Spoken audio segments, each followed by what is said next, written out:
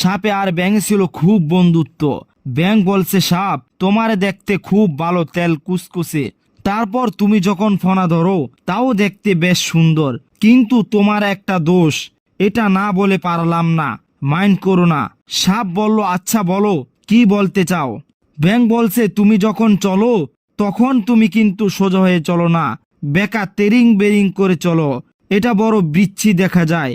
তা না হলে তুমি অন্য দিক দিয়ে খুবই ভালো, দেখতেও ভালো, ফনা ধরলে খুবই সুন্দর লাগে।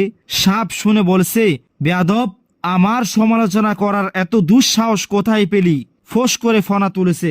ব্যাঙ বলে, ওরে বাবা, এত প্রশংসা করলাম, একটু সমালোচনা করেছি, সহ্য করতে পারছিস না? ব্যাঙ লাফ দিয়ে পড়েছে পুকুরের মধ্যে। সাপ ফোঁস করে উঠেছে।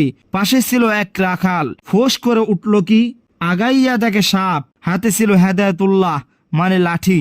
বেশ বিসমিল্লাহ বলিয়া আরম্ভ শুরু করলো। জাগাই শেষ, একদম সোজা। ব্যাঙ অনেক সময় পর ডুব দিয়ে বেশি উঠেছে।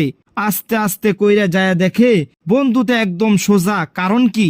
কাছে যায়া দেখে জিন্দা নাই, মুখ দিয়ে ফেনা বাহির হয়ে গেছে।